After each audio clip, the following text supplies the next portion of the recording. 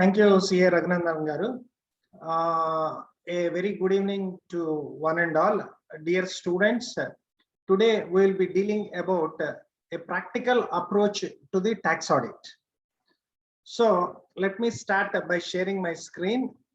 If I have the permission to share the screen, yes, I have the permission. So for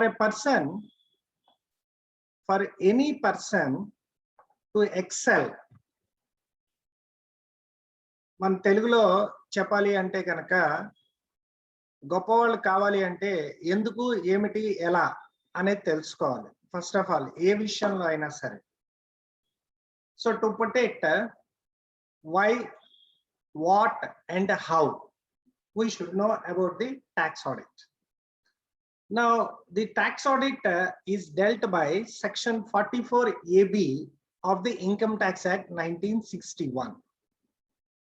This section 44AB was introduced into the statute book by Finance Act 1984.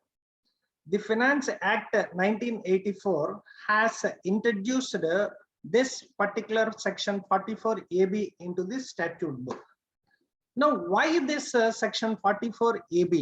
It is compulsory audit of accounts of certain persons carrying on business or profession. That you should understand. It is only in respect of those persons or certain persons, and that to those persons should be carrying on business or profession. That is very, very important point that we need to understand. So if any person who does not have any income which is chargeable under the head income from business or profession, to that person this provision of section 44AB is not at all applicable. Now every Finance Act will have a memorandum attached to the Finance Act. This memorandum attached to the Finance Act contains the reasons for which a particular provision has been introduced into the statute book, or why there is an amendment in a particular provision. Now, as per the memorandum attached to the Finance Act 1984, which was later on also included, the reason for which this tax audit has been introduced has also been included in a CBDT circular which was issued later on. Now, as per that memorandum, what they are saying, the accounts are maintained by companies and are also they are required to get themselves audited.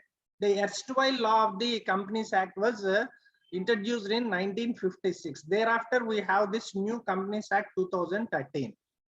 And also as per the Cooperative Societies Act 1912, the cooperative societies are required to get their books of accounts audited.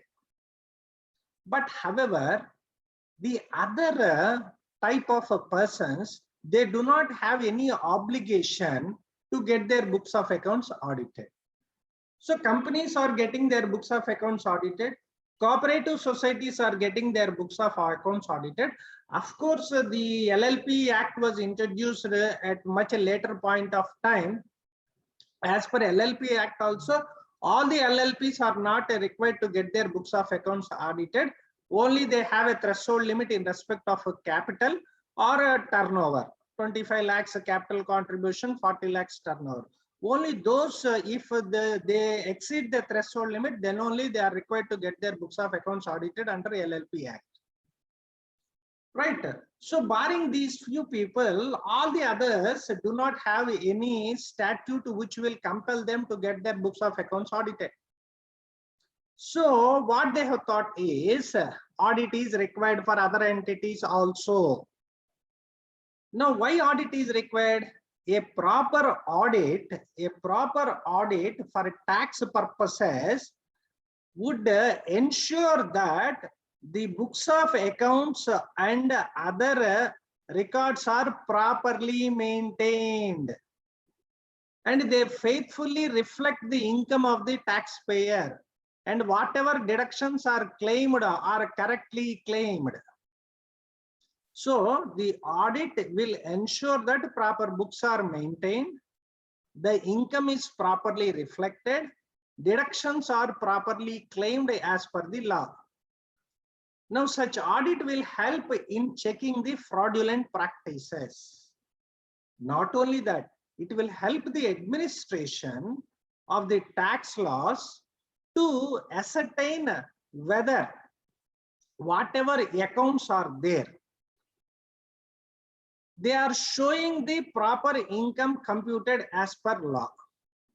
As a first-hand information, if it is ensured that proper books are maintained, income is properly reflected, deductions are properly claimed, then those accounts which are presented before the tax authorities, if such accounts are presented to the tax authorities, the time of the tax authorities will be considerably saved, because they need not do routine verification, checking the correctness of the totals, what are the purchases, what are the sales, whether they are being properly accounted for. All these routine matters they need not check. So the time of the assessing officers would also be saved, and they can invest that time in other matters like investigation, etc. So this is the objective for which the tax audit has been introduced in the statute book. Now we will go through the provision of the tax audit per se. It is dealt by section 44 AB. It comprises of 5 clauses, clause A, B, C, D, and E. Now what does clause A state? Clause A states that tax audit is applicable to a person carrying on business if his total sales, turnover, gross receipts, as the case may be, in the business exceed 1 crore rupees in the previous year.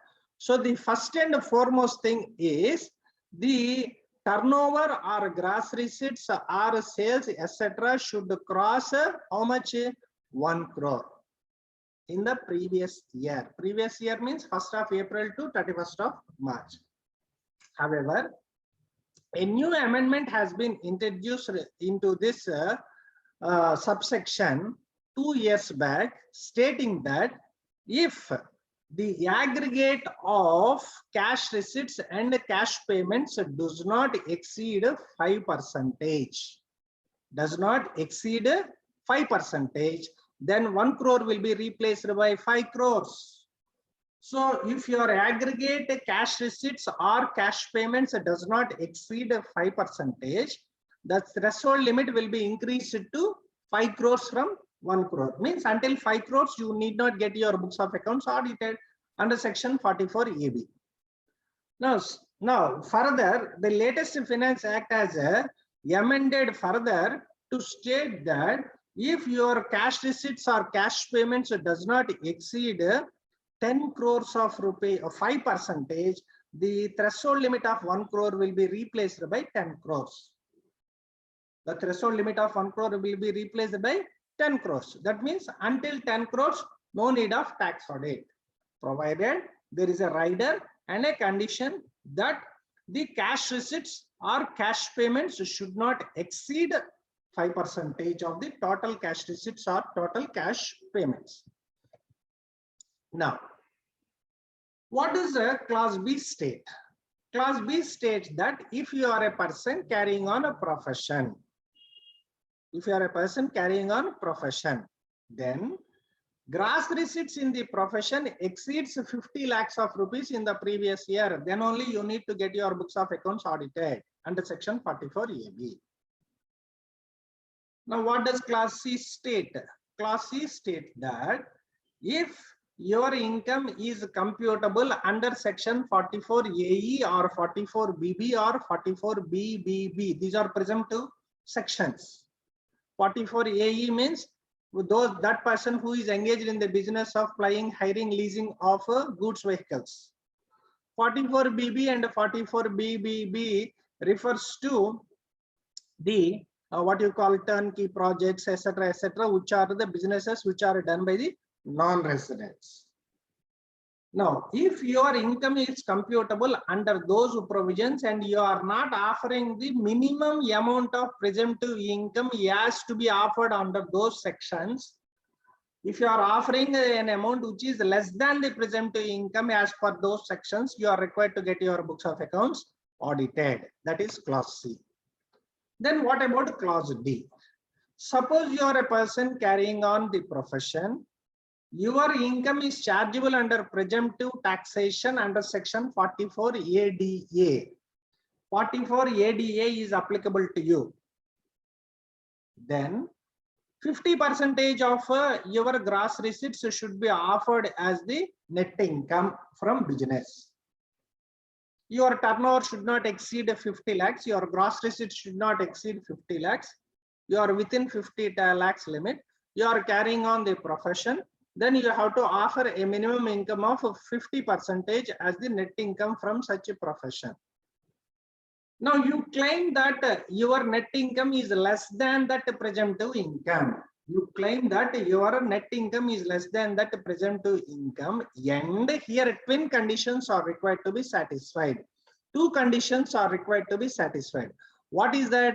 You are claiming less than the presumptive income is point number one. What is point number two? Your income exceeds the maximum amount not chargeable to tax. Here the term used is income. Your income exceeds the maximum limit not chargeable to tax. That is 2,50,000 rupees if you happens to be an individual. Right? Now here income means not only the income from the profession, but all the income, total income, which includes all other heads also, including business or profession. That you have to understand. So before proceeding into the form 3CB, 3CD per se, what we have to first of all understand why this tax audit has been introduced, and also who has to get their books of accounts audited. It is foremost important to understand who has to get his books of account audited before proceeding into the audit. First of all, we need to check whether the audit is applicable to him or not. So we are going through section 44 AB. Now we have completed 4 subsections. One is clause A, means your turnover exceeds 1 crore, but your cash payments or cash receipts does not exceed 5% threshold limit. Currently it is 10 crores. Thereafter 44 AE, ABB, BBBB. Okay. Next, you are not offering the presumptive income. Then you need to get your books of accounts audited. Then you are liable for presumptive income under section 44 ADA. You are not offering the presumptive income, and your income exceeds the maximum amount which is not chargeable to tax. Then you need to get your books of accounts audited. Now the tricky part lies in 44 ABE. The subclause E is somewhat tricky and difficult to understand, but if we put up some effort, we will be able to understand. SSE is carrying on business, and the provisions of section 44 AD4 are applicable to him. The first point is the provisions of 44 AD subsection 4 strikes him. That is the first point. The second condition that is required to be satisfied is his income. His income exceeds the maximum amount which is not chargeable to tax. Now let us assume he is an individual and his income exceeds 2,50,000. So what are the twin conditions that are required to be satisfied? And now mind you, the mark between these 2 points is end mark, end symbol. Means both the conditions are required to be satisfied if you are to fall in clause E of section 44 AB. What are the twin conditions? 44 AD4 has hit you and your income is greater than 2,50,000. Now, when will section 44 AD subsection 4 will hit you? When will section 44 AD subsection 4 hit you? You will be covered under section 44 AD subsection 4 when an eligible assessee declares a profit for any previous year in accordance with the provisions of this section. Means as per section 44 AD, you have declared your income in any of the 5 years preceding that financial year. Right? You have declared that. You have declared your income under 44 AD. Means you have offered 8% or 6% of the gross receipts or turnover, as the case may be. You have offered in any of the previous year. Or for example, if you take the example of this year, for example, financial year 2020-21, you have offered your income under section 44 AD subsection 1. And you have declared profit for any of the 5 assessment years relevant to the previous year succeeding to such previous year, not in accordance with section 44 AD. So for the next 5 years, 1, 2, 3, 4, 5. So for 21-22, 22-23, 23-24, 24-25, and 25-26. You have not declared the income in accordance with the section 44 AD subsection 1. Then you are not eligible to claim the benefit of this section for the subsequent 5 years. So let us say in 2021, you declared it as per 44 AD subsection 1. Then 5 years have not elapsed. In the succeeding year 21-22, you are not offering as per 44 AD subsection 1. Then automatically what will happen? Then along with this year, the subsequent 5, he shall not be eligible to claim the benefit of this section for 5 assessment years subsequent to the assessment year relevant to the previous year in which the profit has not been declared. So 21-22, you have not declared the profit in accordance with the 44 AD 1. Then the next 5 years, you will not be eligible to come into section 44 AD. Now 44 AD are beneficial provisions. Means you need not maintain books of accounts. You need not get your books of accounts audited. Only you have to offer 8% of the gross receipts or turnover or 6% of the gross receipts or turnover, as the case may be. So you are not going to get the benefit of these provisions if you do not stay in that provision for a prescribed period. Then 44 AD subsection 4 will strike. If 44 AD subsection 4 strikes you, your income is more than the basic exemption limit, then you have to get your books of accounts audited. Now let us understand whether you are liable to get your books of accounts audited or not as per the provisions of section 44 AB with the help of some 2 or 3 examples. Now let us say Mr. A or Mr. X has a business. Now during the assessment year 1920, his turnover is 90 lakhs and he has offered a profit of 8%. Now in the subsequent year, what happened? His turnover remains to be 90 lakhs, but he is offering income only at the rate of 5% of the turnover. Now, don't jump into the conclusion whether he needs to get his books of account audited under section 44 AB or not. As far as possible, try to be methodological and structural. You have to understand the question, or you have to try to Solve the question in a structural or methodological manner. I will give you 30 seconds. You post your answers in the chat box. You kindly post your chat box, in the chat box your answers, whether for assessment year 2021 the tax audit is applicable in respect of Mr. X. Try to post your answer in the chat box. I will give you 30 seconds. Think of it and post it in the chat box. Whether the tax audit is applicable in this current example in respect of Mr. X. Yes or no?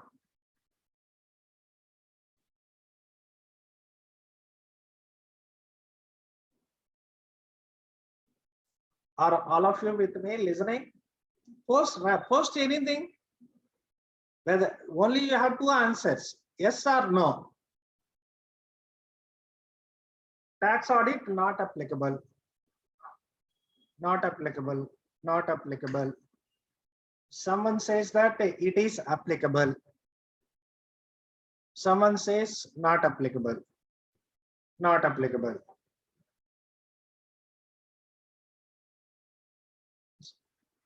Not applicable.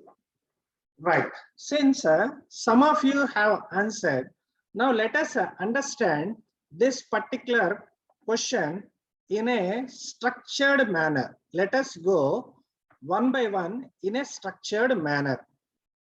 Now we are dealing with assessment year 2021. The turnover is 90 lakhs. The turnover is 90 lakhs. This person is a person carrying on business, right?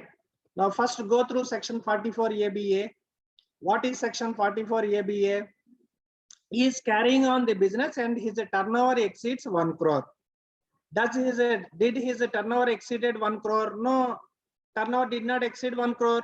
So clause A is not applicable. Carrying on profession. This fellow is not carrying on profession. B is not applicable. This fellow is not covered under AE, BB, BBB. Is not applicable. C is not applicable to him. Come to D.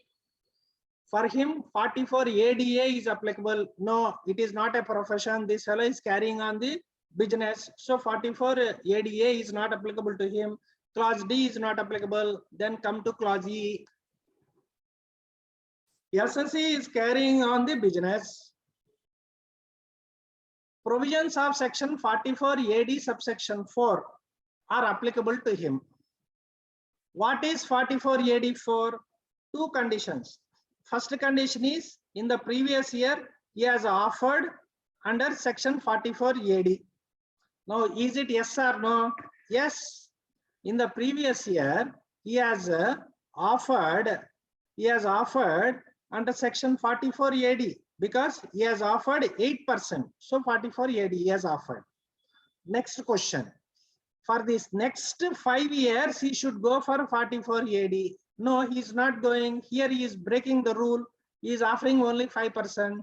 So 44 AD subsection 4 strikes him. 44 AD strikes him. Not to fall under 44 AB subsection E, not only should 44 AD subsection 4 strike him, but also his income should be greater than 2.5 lakhs. Yes or no? Yes. So both the conditions of 44 ABE are satisfied. Therefore, this fellow should get his books of accounts audited under section 44 AB of the Income Tax Act. That is the answer. Okay. So someone posted in the chat box. What is that? Showing below deemed profit tax audit applicable. Right. Now let us go into the next illustration. This fellow has commenced his business only in the assessment year 2020-21. This is the first year in which he is commencing his business. Now, his turnover is 90 lakhs and he is offering a profit of 4,50,000, which is equivalent to 5% of the turnover. Now answer in the chat box whether the provisions of section 44 AB are applicable to him? I will give you 30 seconds. Don't jump into the answer. Go in a structured manner. Clause A, B, C, D, E. You browse through all the subsections of the clause and you come to a conclusion. Your 30 seconds time starts now.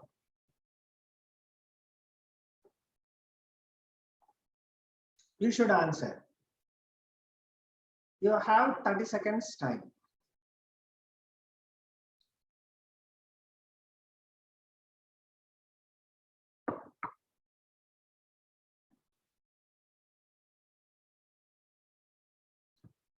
Three of you have answered. Two answered that it is not applicable.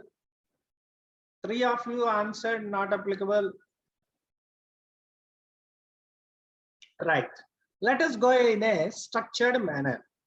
This is the first year in which the business is commenced. Two more of you have answered that it is not applicable. Very good. I appreciate that all of you are participating in an interactive manner. Right. Now let us go in a structured manner. What is it? This is the first year in which the business is commenced. Point number one. Point number two, he is offering only 5% of the turnover as his income from business. Now let us go through the 44 ABA. Is it applicable? Not applicable. 44B, not applicable. 44C, not applicable. 44D, not applicable. Come to 44 ABE. What is E? Whether the provisions of 44 AD subsection 4 strike this person. No. When will 44 AD subsection 4 strike this person? Only when in the previous years, any of the 5 previous year preceding this previous year, you have opted for 44 AD subsection 1, and now without the lapse of 5 years, you are coming out of section 44 AD, then only your 44 AD subsection 4 will strike. Now, if 44 AD 4 does not strike you, then clause E is not at all applicable to you. So for you, A, B, C, D, E clauses, none of the 5 clauses are applicable to you. So you are not required to get your books of accounts audited under section 44 AB. No need.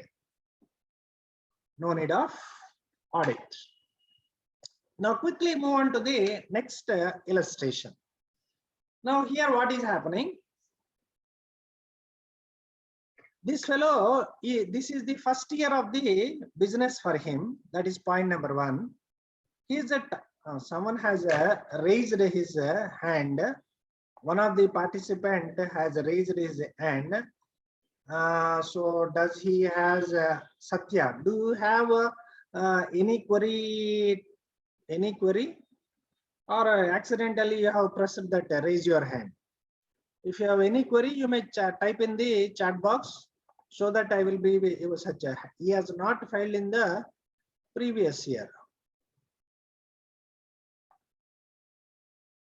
The question or the fact that he does not have business income is a consideration in case what if he has offered 3%. You offer whatever you want. 44 AB does not apply in that particular case because that person will never fall in any of the classes of 44 AB, be it A, B, C, D, E. He will not come under any clause. So for him, the audit is not applicable as far as that illustration is concerned. We will move on to the next question. In this question, in the year 1920, there is no business for this fellow. Now he has commenced his business in the assessment year 2021. Right. Now his turnover is 1.5 crores. His turnover is 1.5 crores. He is offering 5%. Cash payments and cash receipts are less than 5%.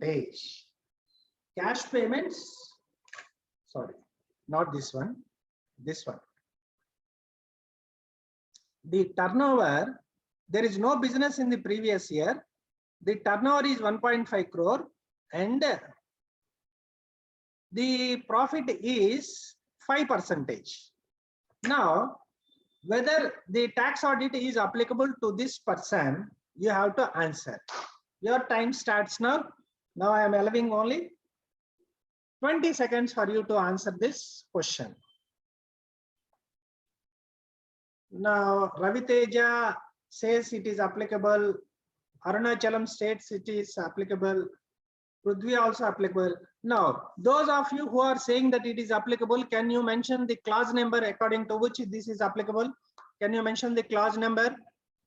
I'll be more than happy if you mention the clause number also. Under which clause he will be subjected to audit?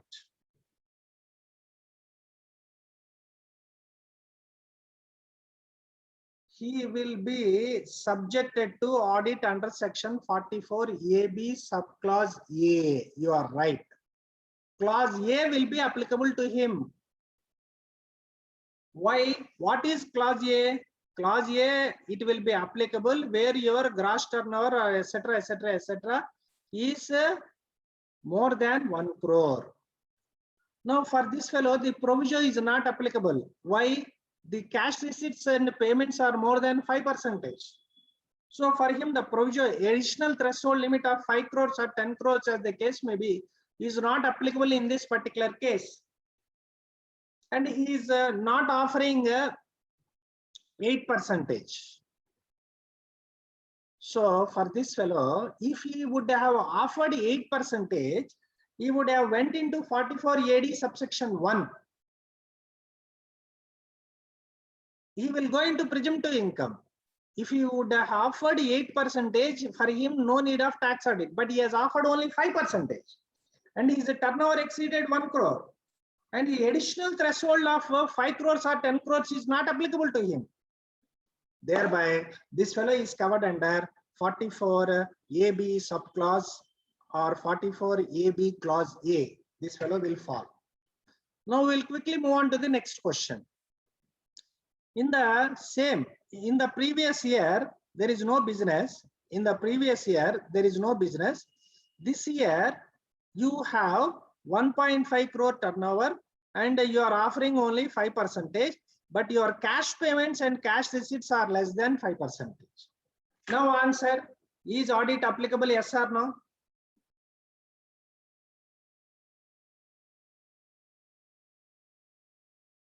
Is audit applicable, yes or no?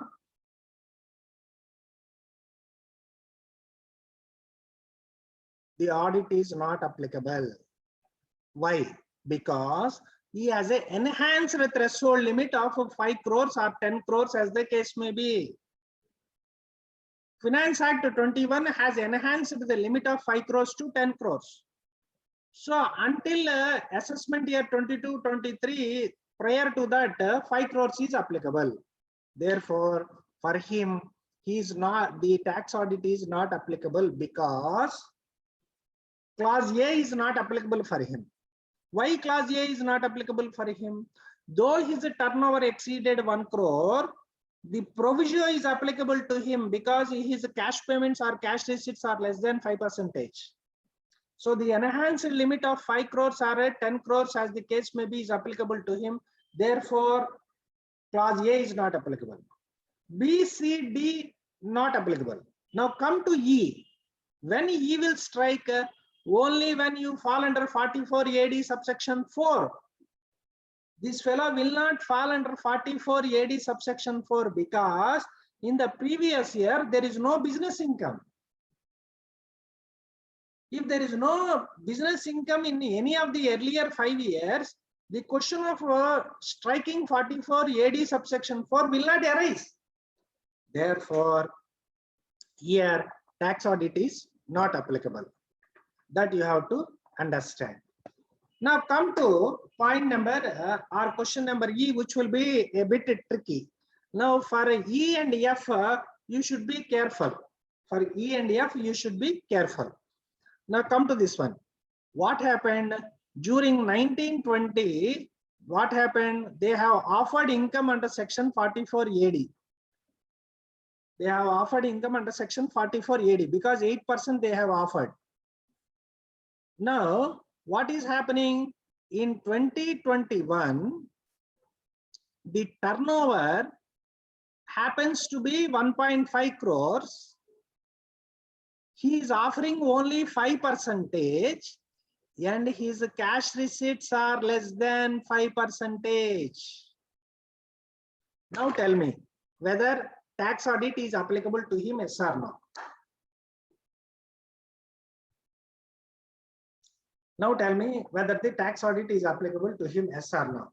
Vinay says yes, Hari says yes, 44 ABE is applicable to him. Satya says yes. Very good. 3 of you have got it right. Why? Because for this fellow, 44 AB, A is not applicable. Though his turnover exceeded 1 crore, as per the provision, you have an enhanced limit of 5 crores or 10 crores as the case may be, provided your cash receipts are less than 5%. Now what happened? Here the cash payments, cash receipts are less than 5%. So enhanced limit of 5 crores or 10 crores is applicable. His turnover is only 1.5 crores. So kabatti A is not applicable. B, C, D not applicable anyhow.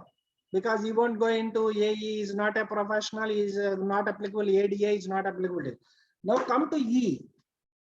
What is E? 44 AD 4 should strike him, and his income should be exceeding the 2,50,000. Now here it is satisfied because last year he has offered income under section 44 AD 8%. But this year what he is doing, he is not offering 8%. He is not utilizing the opportunity of 44 AD. He is offering only 5% of net profit. So he is falling under 44 AD subsection 4. And his income is exceeding 2,50,000. Income is 7,50,000. Therefore, he will fall under section 40. He will fall under section 44 AB clause E. He will fall. Therefore, tax audit is required. Now answer the last question. Last year he has offered 44 AD 8%. This year turnover is 1 crore 50 lakhs and his income is 1,50,000. He is offering only 1%. He claims that he has earned only 1,50,000 as his income, which is equivalent to 1% of the turnover. Now answer the question whether the audit is applicable in this case, yes or no. Not applicable, not applicable, not applicable. Why? Why it is not applicable? Why?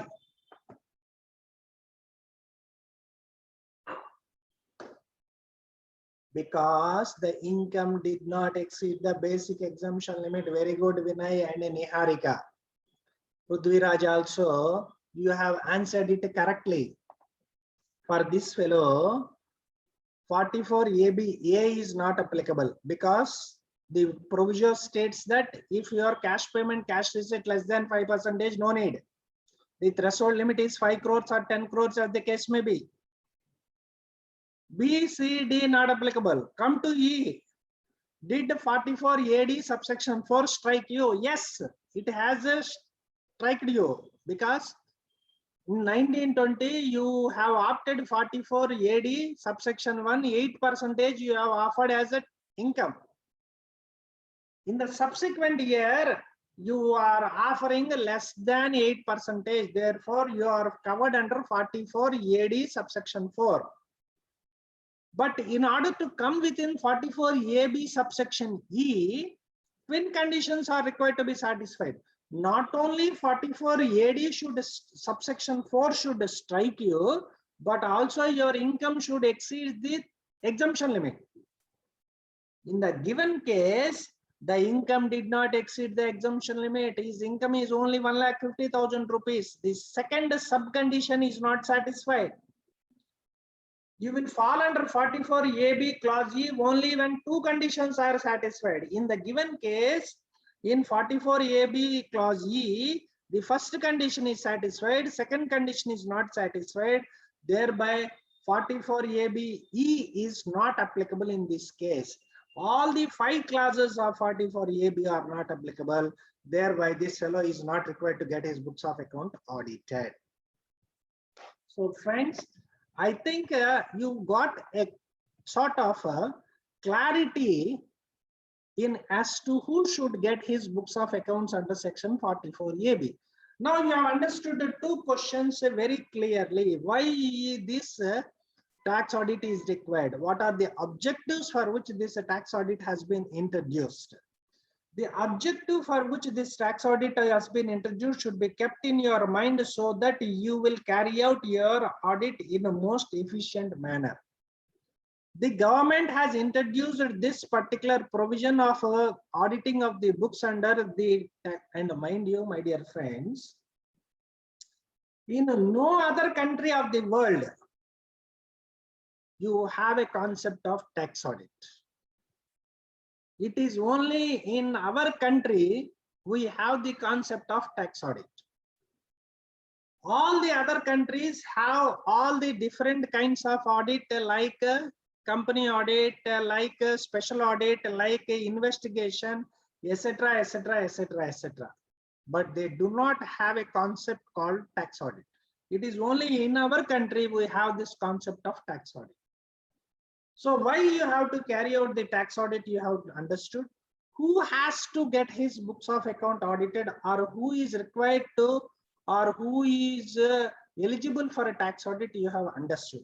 Now let us quickly go through section 44 ADA, because in one of the subclauses of this 44 AB, you have a reference to 44 AD. If you are covered under 44 AD and you are not offering the presumptive income and your income exceeds the basic exemption limit, then you are subjected to tax audit. So what is 44 ADA? It is applicable to resident. He should be a professional, notified profession that too, and his gross receipts does not exceed 50 lakhs. He should offer an income of 50% of the gross receipts as is net income from the profession. Now, what are notified professions? Legal, medical, engineering, architecture, accountancy, technical consultancy, and interior decoration, and any other profession as may be notified by the CBDT. Now, CBDT has a notified authorized representative as a notified profession. Film artist. Whom do you mean by film artist?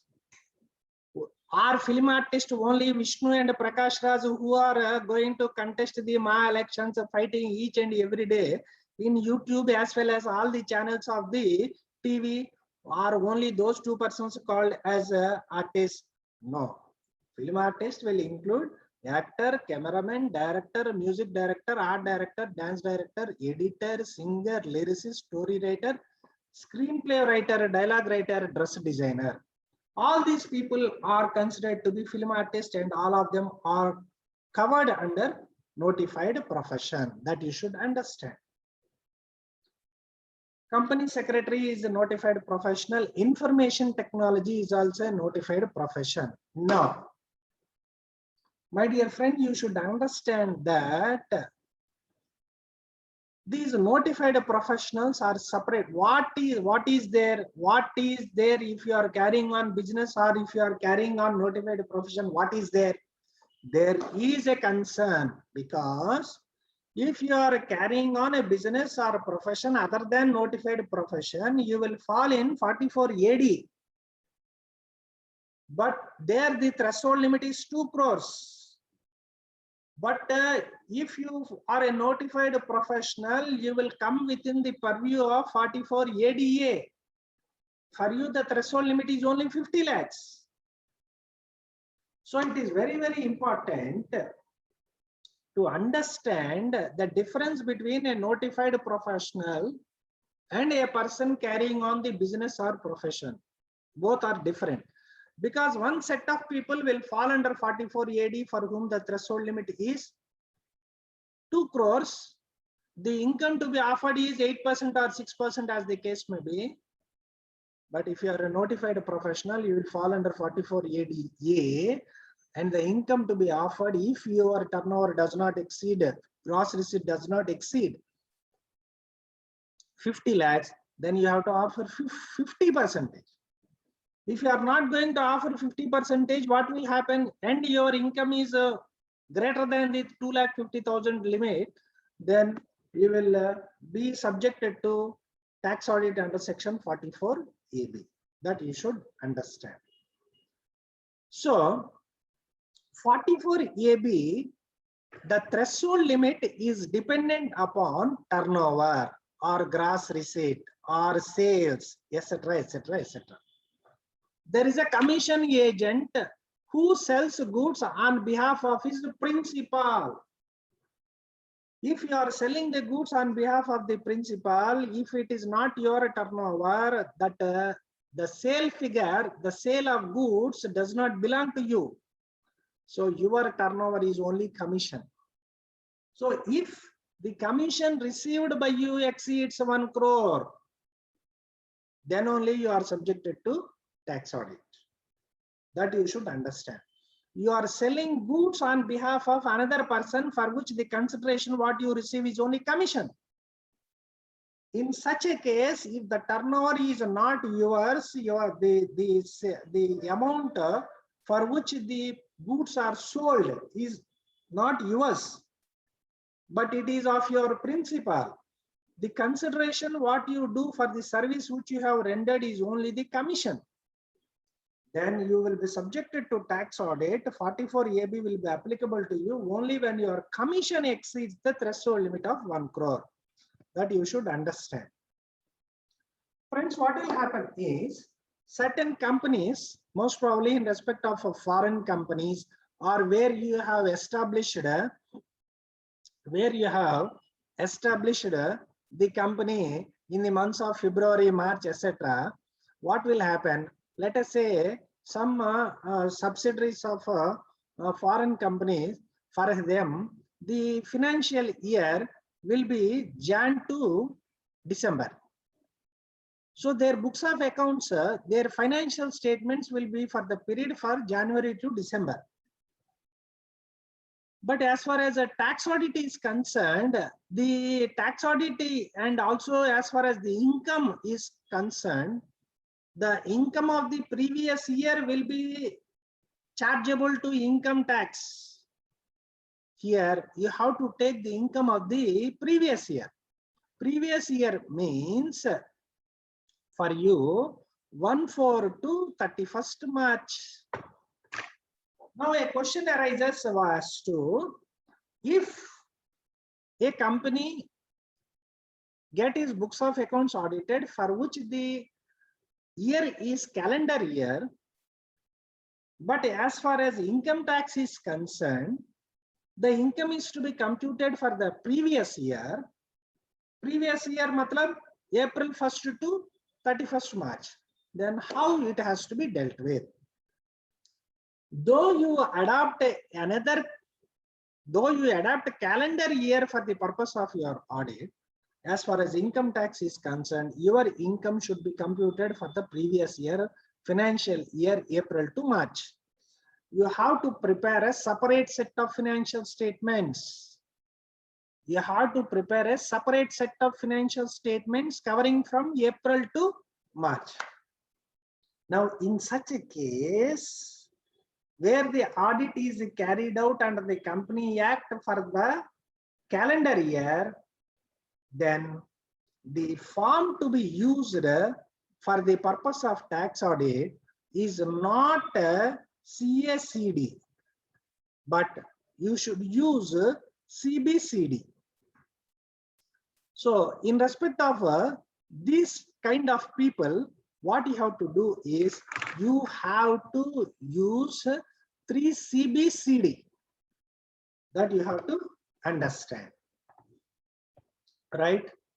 Now, my dear friends, whenever you are carrying out a tax audit, ensure that proper care is taken in preparation of the audit report. Of course, not only in the preparation of audit report, adequate care is to be taken, but at the time of audit also, you have to take utmost care. Why? Why? Because the government has decided that where the information provided in the tax audit report is incomplete or such non-committal replies are furnished, so as to render the remarks of the report meaningless. Now, such reports, if there are, if the assessing officer come across incomplete tax audit reports, or where the qualifications or remarks given in the audit report are not conclusive or they are vague, in such a case, what you have to do is the assessing officer has to inform the commissioner. The commissioner, with the permission of the higher authorities, they will report to the disciplinary committee of ICAI. So you should be very careful in not only carrying out the audit, but you should also be very careful in issuing the report also, that you should understand. Many courts, including the Supreme Court, have held that the provisions of section 44AB, which have been introduced into the statute book, are valid. They are valid. They are not unconstitutional. They are valid. Not only that, the statute book contains a special audit under section 142A. Some people have argued that there is already a provision in the statute for the commissioner to order an audit of accounts in certain circumstances. Again, introducing the provision of 44AB into the statute books will be duplication of audit. That's what they have argued. But the courts have held that 142A is different and it will not be invoked in all cases. Only in certain exceptional cases it will be invoked, having regard to the conditions mentioned in that particular provision, and it has nothing to do with section 44AB. Therefore 44AB is valid. Now, this 44AB will be applicable only when there is some income to be reported under the head of profits and gains from business or profession. If you are not covered, or if you are not going to offer any income under the business or profession, then the provisions of section 44AB will not apply to you. That you should understand. And also, at the time of applying the monetary threshold limit of 1 crore, suppose you are a trader as well as a job worker, then both the money will be added. Means sales from your trading activity as well as the gross receipts from your job work, both will be added in order to determine your threshold limit of 1 crore. Now, let us suppose an auditor has issued a tax audit report. Is it final? Can the assessee contest against the reporting that has been done by the auditor? Yes or no? Yes. Various courts have held it to be yes. Because who is the ultimate authority to assess the income of the assessee? It is the assessing officer. He may take the guidance of the tax audit report issued by the tax auditor.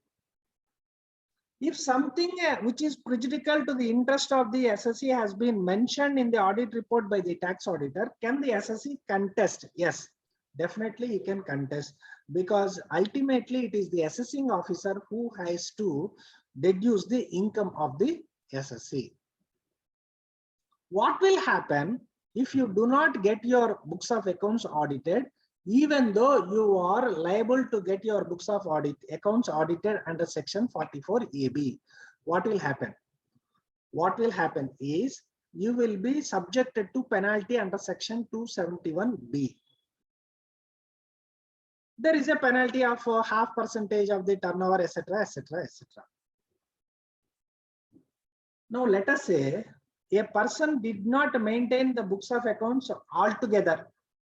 A person did not maintain accounts altogether. When will the question of audit comes? The question of audit comes only when there are books of accounts. If you did not maintain accounts itself, the question of audit does not come.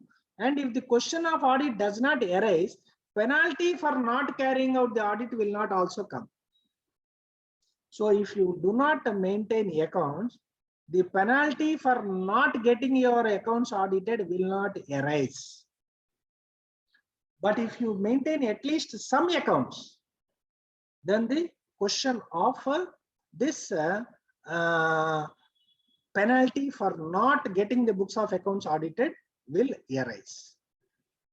Now, if you are covered by section 44 AB, you have to get your accounts audited by an accountant. Accountant has a definition.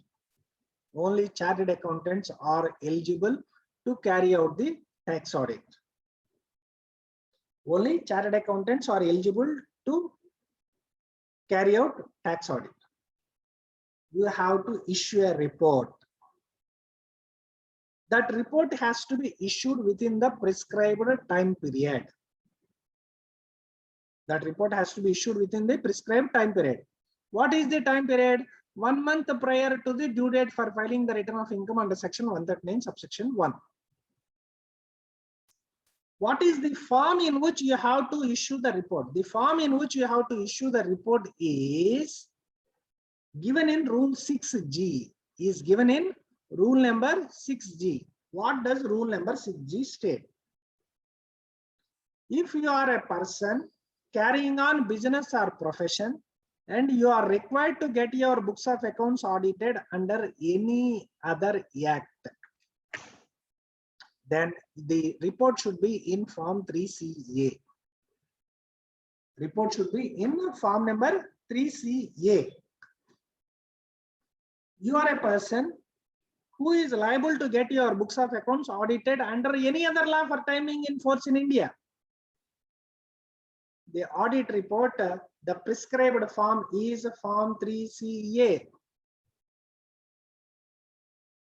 If you are a person not liable to get your books of accounts audited under any other act,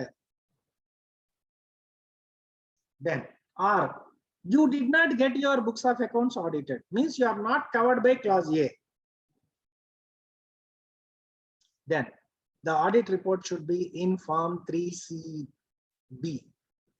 The audit report should be in form 3CB. The statement of particulars should be in form 3CD. The statement of particulars should be in form 3CD. So, let us say you are a company, you are required to get your books of accounts audited under the Companies Act 2013. And also you are liable to get a tax audit. Then your report will be in form 3CA and the particulars will be in form 3CD. You are a proprietor. You are not required to get your books of accounts audited under any law for timing in force in India. Report will be in 3CB plus additional reporting requirement under 3CD. 3CB and 3CD. Now tell me a question. I am appointed as an auditor to carry out the tax audit of X Limited. By mistake, what happened? In one of the column, I mentioned an item wrongly. Do I have any recourse? Do I have any, or let me put it this way. Will I be, what will you do if you omit any income while filing your return of income? You will revise your return. Now, is it possible for you to revise a tax audit report? Yes or no? Is it possible for you to revise your tax audit report? Yes or no? You have only two answers. Either it should be yes or it should be no. Type in your chat box.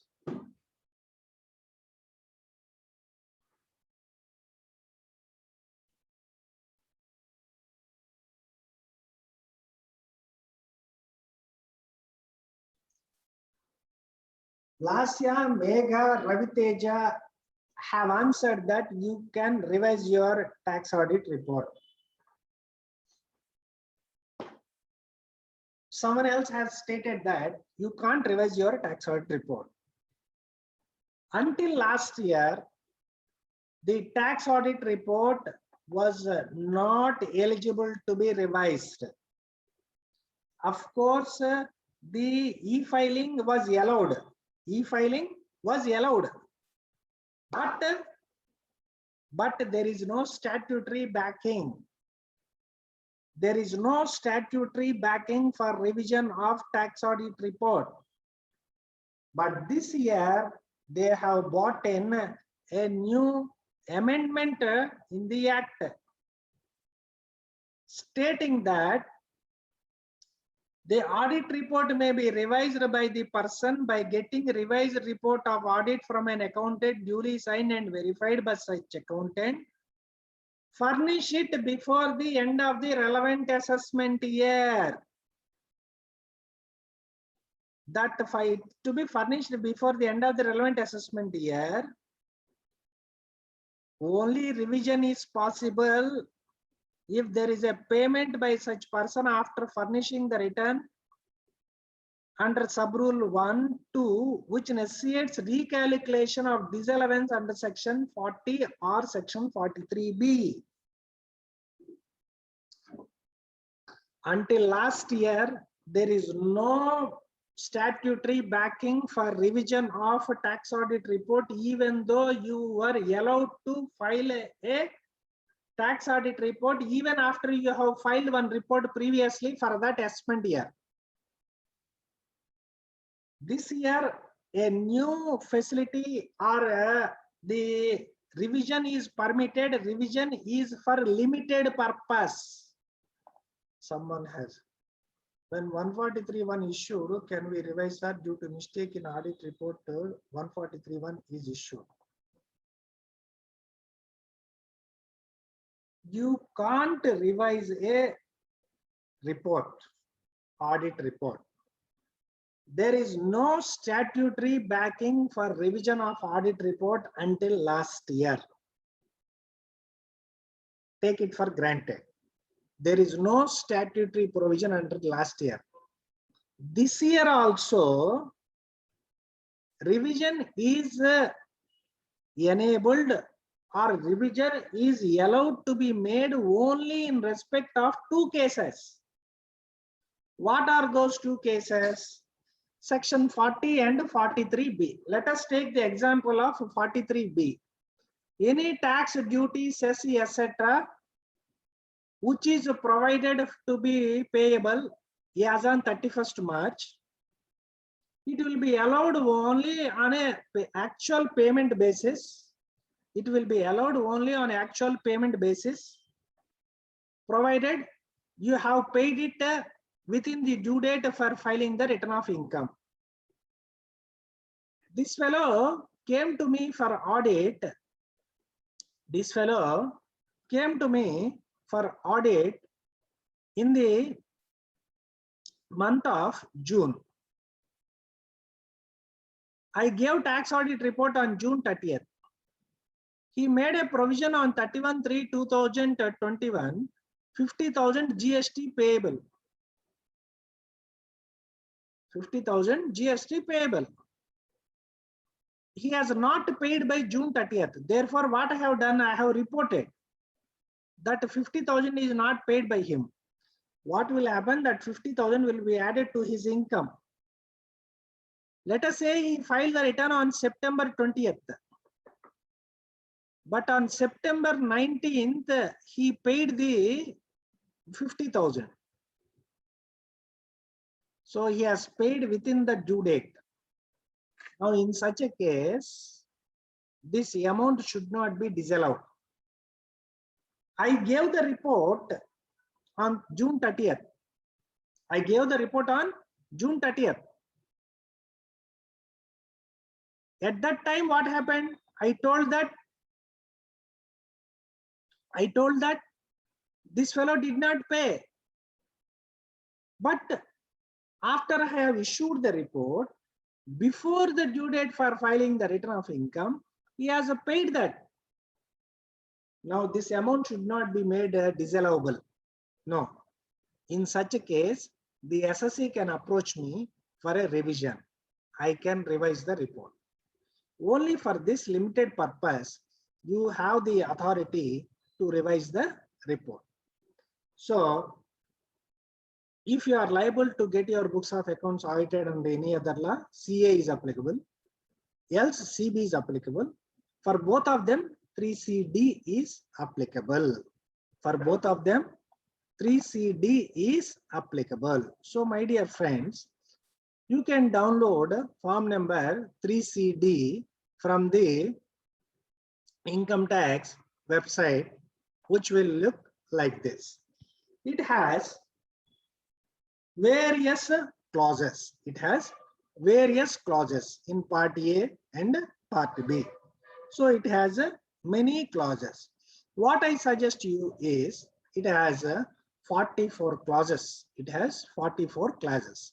What I suggest you is when you find some time, you just go through all those provisions.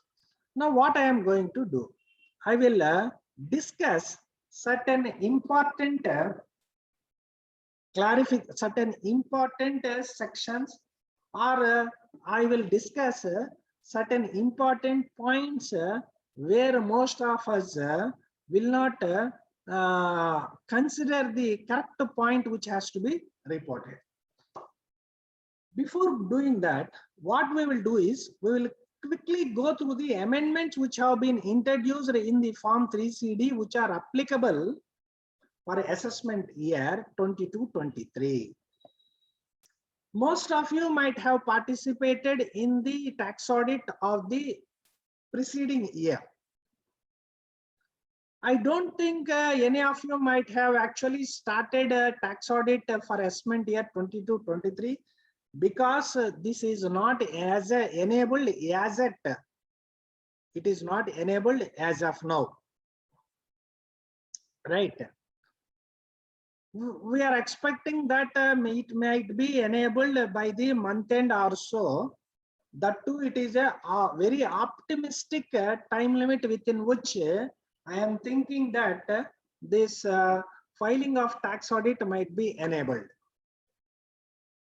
Currently, we are not able to upload because this Form 3CA, 3CD or 3CB, 3CD are to be e-filed.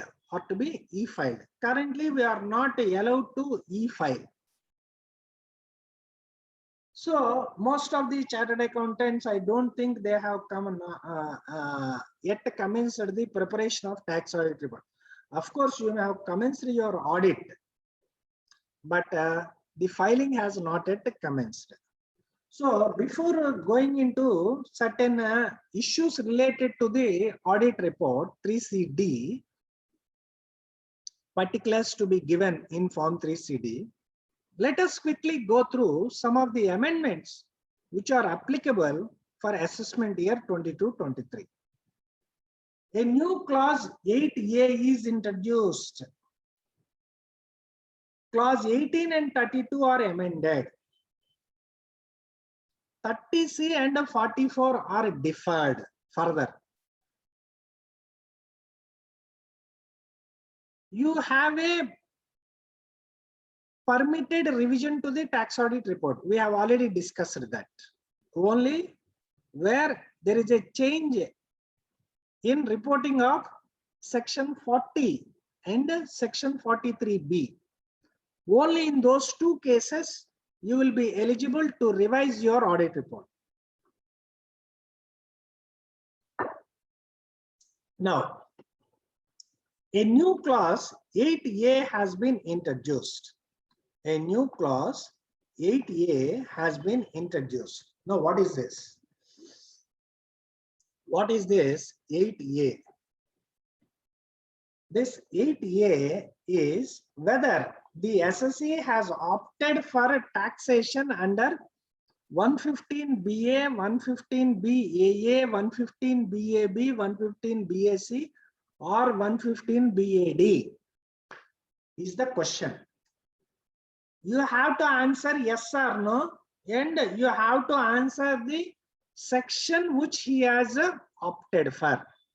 You have to answer yes or no, and you have to answer the section which he has opted. Whether the SSC has opted for taxation under these sections.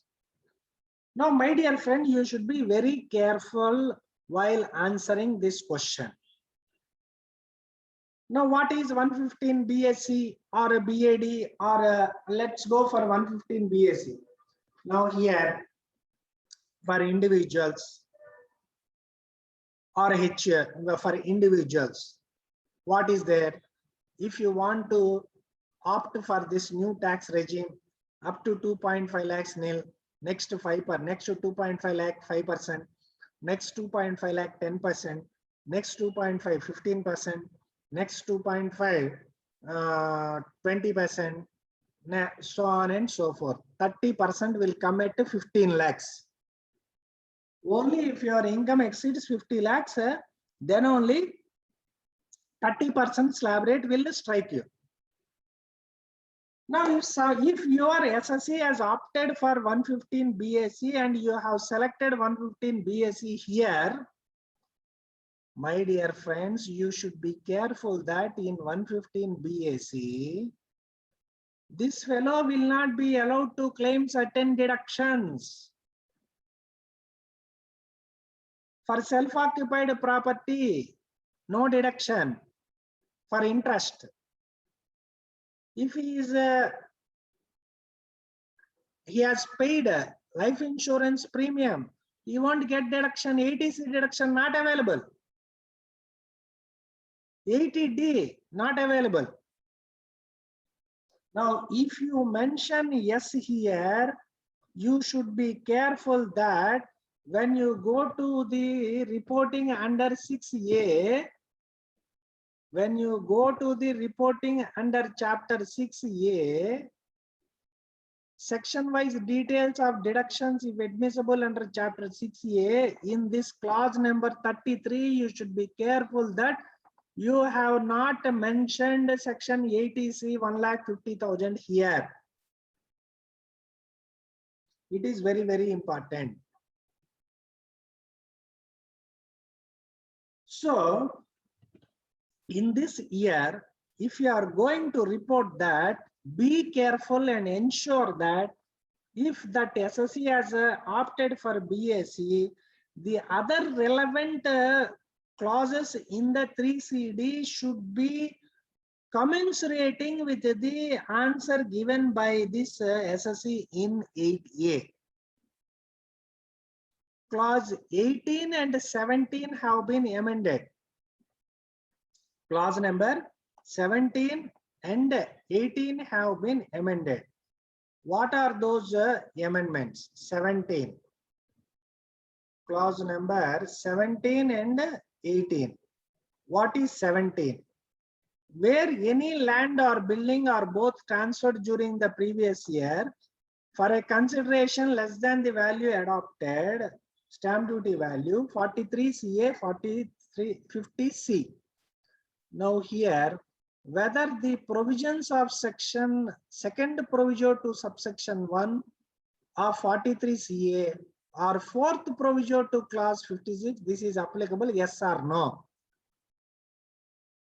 If the consideration is less than the stamp duty value, you have a relaxation in the second proviso to 43CA. There is a relaxation of 10%. Now, until 30th June, in respect of certain cases, there is a relaxation of 20% when compared to 20% or 10% on the actual consideration. Now, that point has to be mentioned here. Now, what about 18? Now, if somebody is opting, if a company is opting for concessional rate of tax of 15% or 22% or 20%, etc., etc., those BAB, BAC, BAA classes are there in 8A. Now, if you are opting for BAC or BAD, what will happen is certain portion of the depreciation is not available to you or brought forward things are not allowed. There you have to add it back to the WDV. Now, in such cases, then adjustment is required. That adjustment is required to be mentioned here. So 8A is introduced. Because of 8A, there might be a requirement of addition in this here. So clause 18, there is an amendment. Not only that, there is an amendment in clause number 32 also. There is an amendment in clause number 32. What is the amendment in 32? There is an amendment in clause number 32. Now here, details of brought forward loss, depreciation, allowance, etc., etc. Now, what is the amendment? Amounts as adjusted by withdrawal of addition, depreciation on account of opting for taxation under section 115 BSE or BAD. So, if you have opted for 115 BSE or BAD under clause 8A, make sure that if there is any amount which is required to be reported in clause 32 in this column 6, that also should be taken care while carrying out the tax audit for assessment year 21-22. Clause number 36 has been omitted. Clause number 36 has been omitted from the form. What is 36? Okay, he has not given here that clause. Actually, one section is made inapplicable.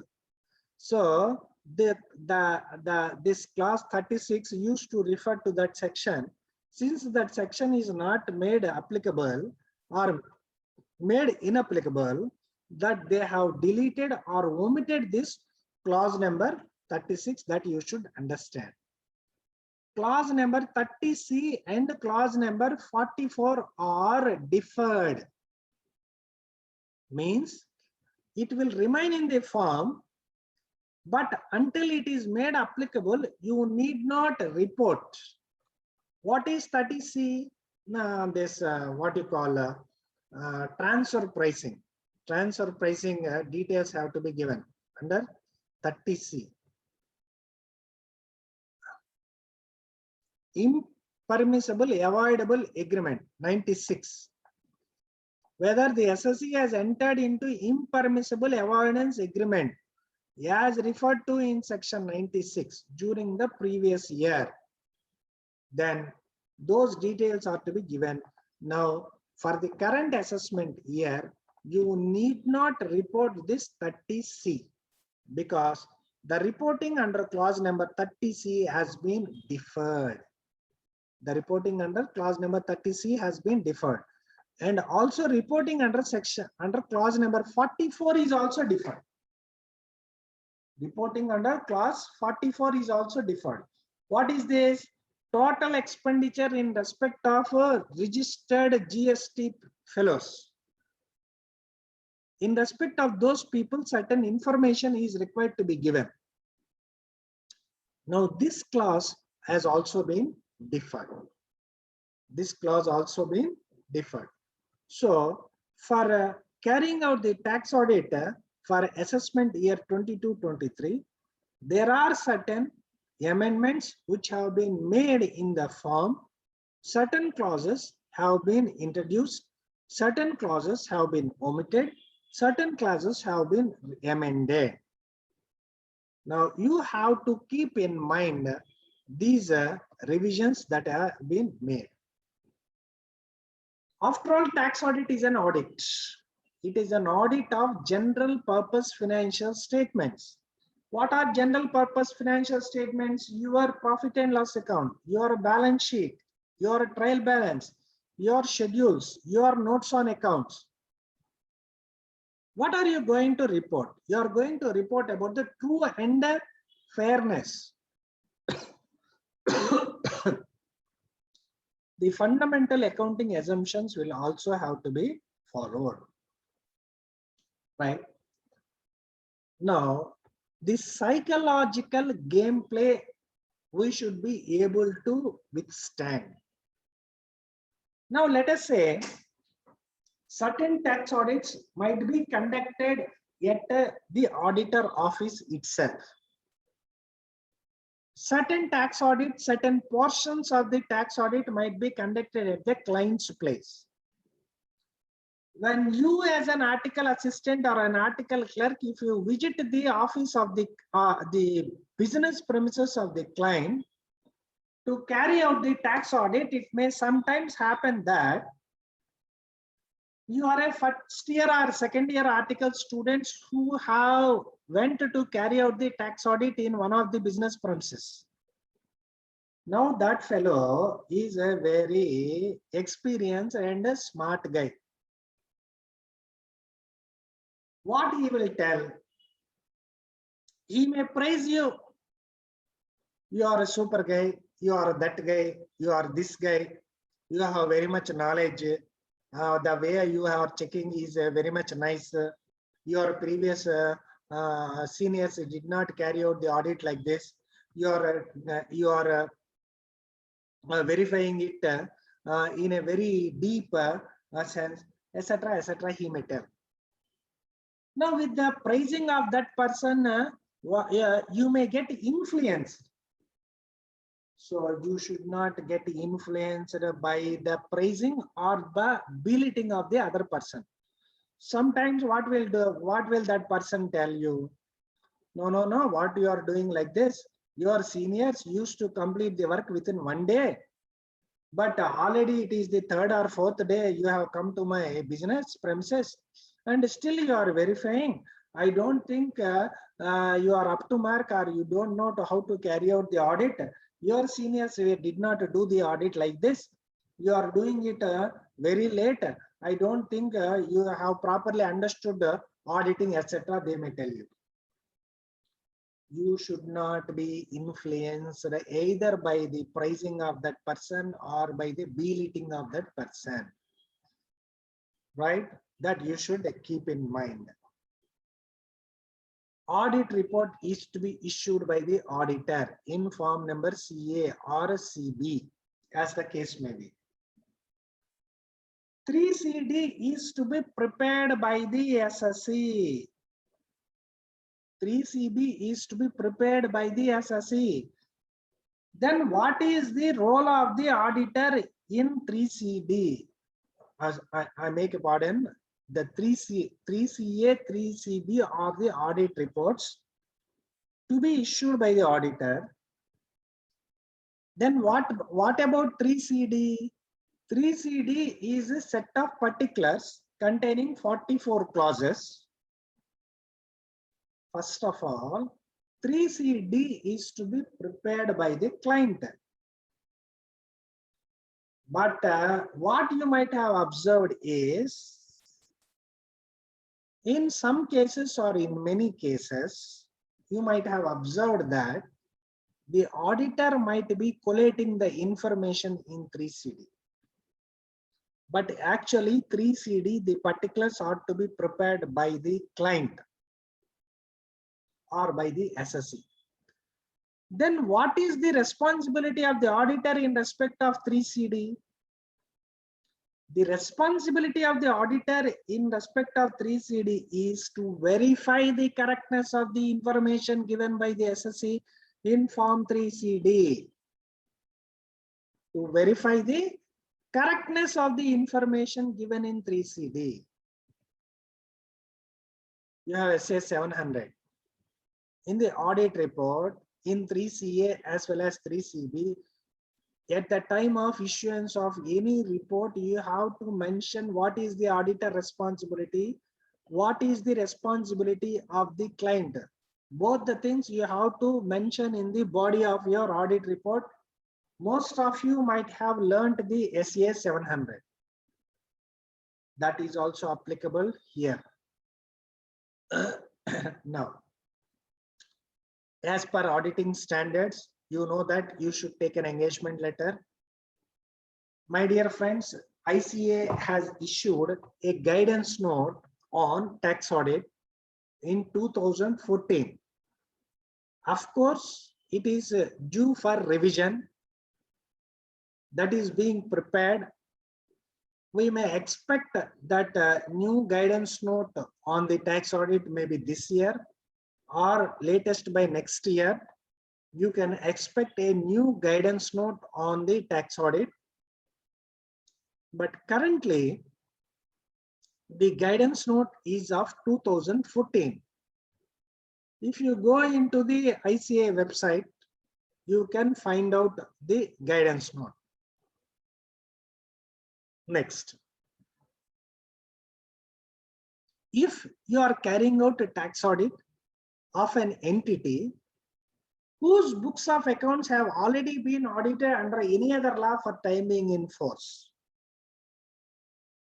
that audit might have been carried out by yourself, or another auditor has audited under the Company Act, but you are appointed as this tax auditor. Either you yourself have carried out this statutory audit under the Company Act, or someone else has carried out the audit under Company Act. Make it a point that you go through the audit report before you proceed to carrying out the tax audit under 44AB. Before you proceed to tax audit under 44AB, make it a point that you go through the report of the report given under the any other law for time being in force. Particularly, you go through the notes on accounts, you will find certain information which is useful for the purpose of certain items which I have mentioned in Form 3CD. You also go through the CARO report in that audit report. As an annexure, there will be CARO reporting. You go through that. You will get certain information which will be useful for the purpose of your tax audit.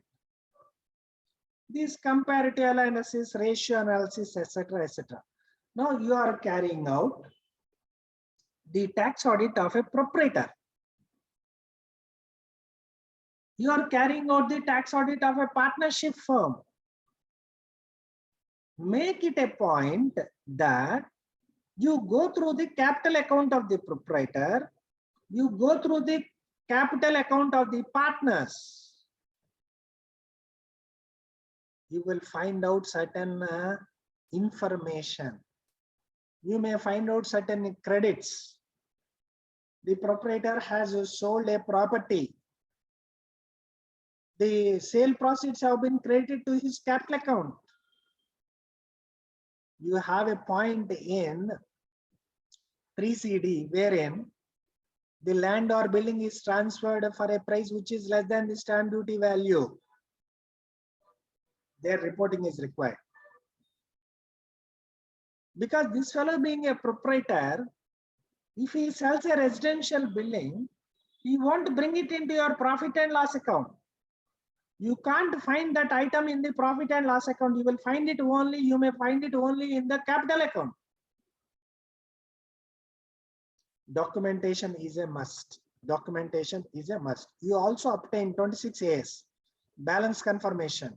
If you are doing the audit of a company, obtain the board minutes. You obtain the stock statement submitted to the bank. You obtain the previous year assessment orders. You obtain the computation of income of the last 5 years. You obtain the annual return filed with the ROC. So I'm afraid, but I could not complete at least a portion of what I have thought to tell you. So, Sir Raghunandan sir, to the extent possible, I went through some of the things which I wanted to convey. Of course, there are a lot of things that are required to be conveyed. Maybe another session might be useful But for now, I'm afraid that I have ran out of time. So with the given allotted time, I thought that I have conveyed at least some issues, thought-provoking issues, which the students, for them it might be useful. So what do you say, sir? Shall we Sir, conclude?